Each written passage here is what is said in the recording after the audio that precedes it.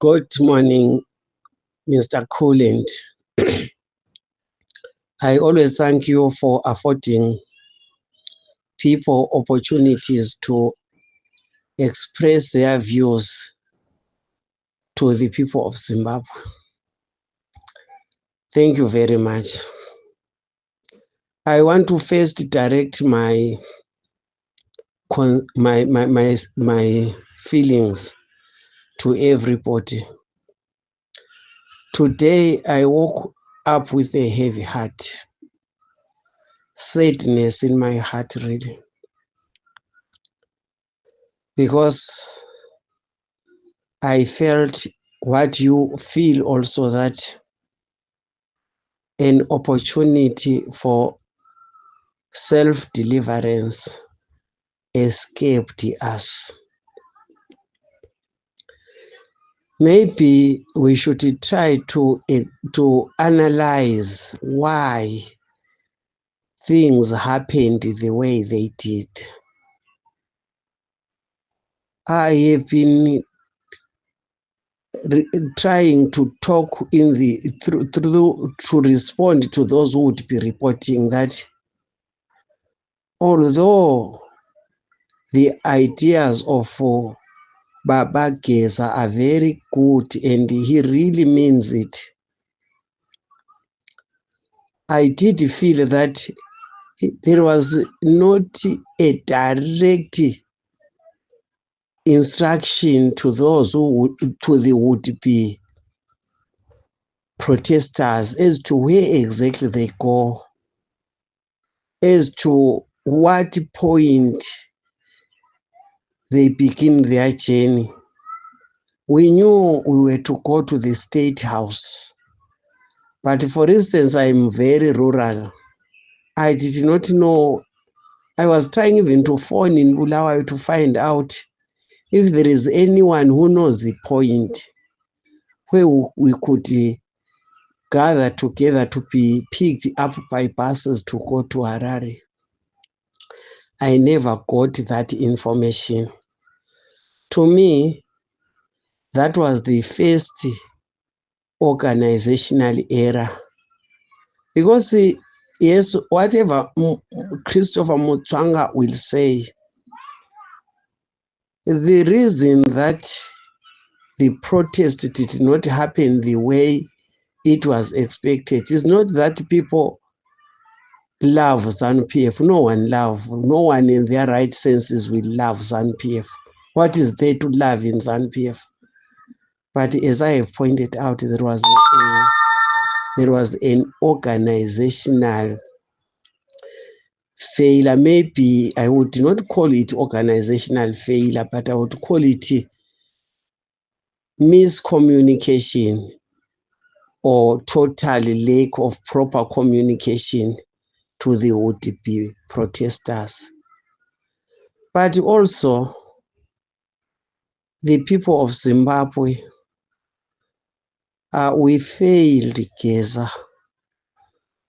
We may say, yes, this particular thing was also a blow to the organized protest, but for all his announcing, for all the efforts he has put on the day, we showed timidity at a level people ought to show it. If we are that timid, if we are so sheepish with the timidity, the Mnangagwa and his cabal will ride roughshod on us, people of Zimbabwe. Look at your roads, look at your factories, look at your salaries, look at everything. What is going on? Is there anything moving? Is this the Zimbabwe we want? We let it down, comrade Blessed Runesu Geza. And I just want to feel with his feelings. He meant it and was disappointed. We ought to have come out. To stay away does not say anything to the world, to the particularly to this hard-hearted grouping of thugs, killers, murderers. It does not say anything. They do not feel it. We ought to have been out in Harare, but just a few people were there.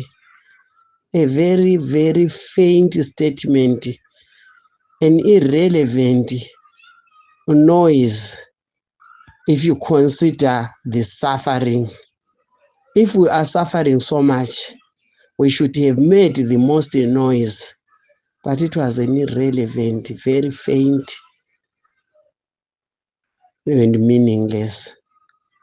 I just want to talk to Chamisa here. There was perhaps a lie or the truth that Blessed Geza made a claim that he had spoken to Chamisa. And then Chamisa came out to say no one had spoken to him. I do not know if he also sees where we are going, whether it was the truth or a lie. For the sake of the suffering masses, if I were him, I would have kept quiet. I would have neither confirmed nor refuted that statement, because Chamisa has a following. And I'm very sorry the moment he said that. I followed him. I've been following him zealously, passionately, and blindly.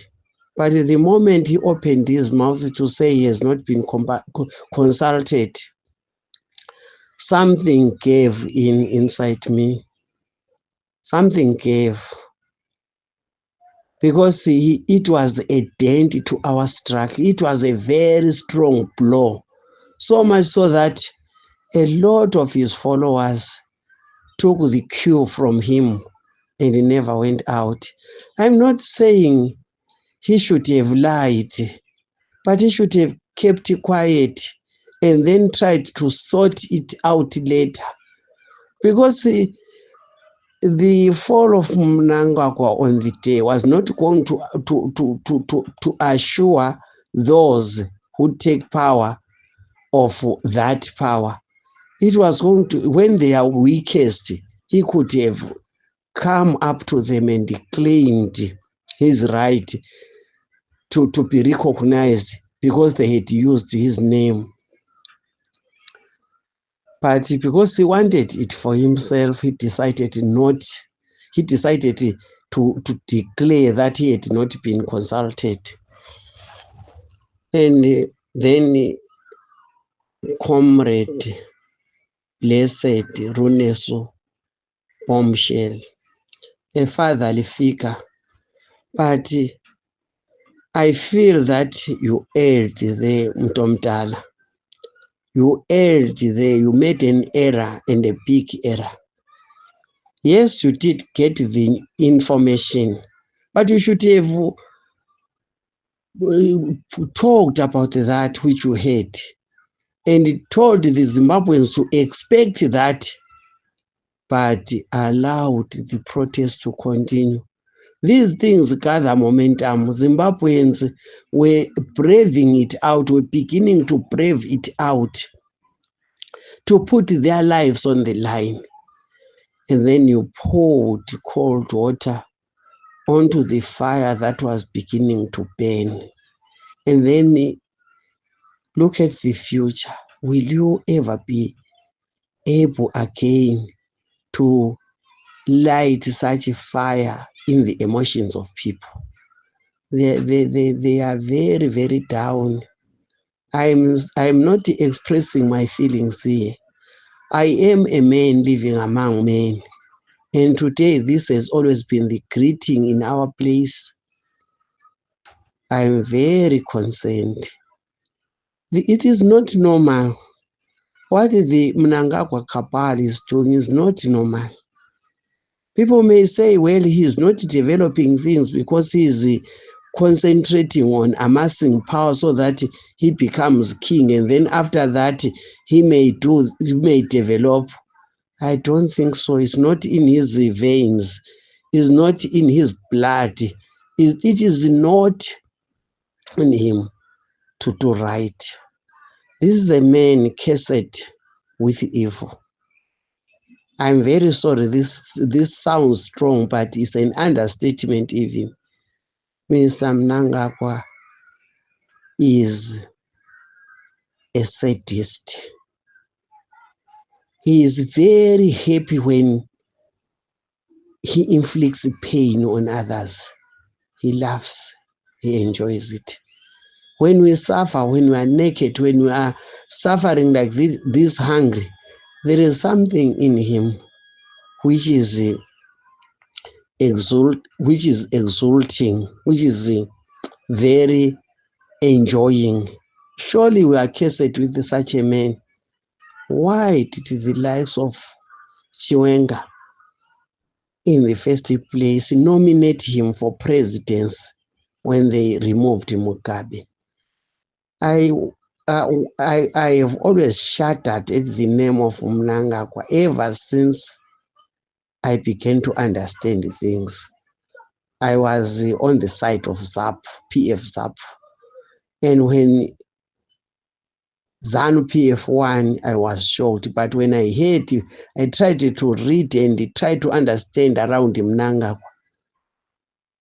I began to be fearful, and my fears were confirmed. We haven't seen nothing yet. I ain't seen nothing yet. Much is yet to come.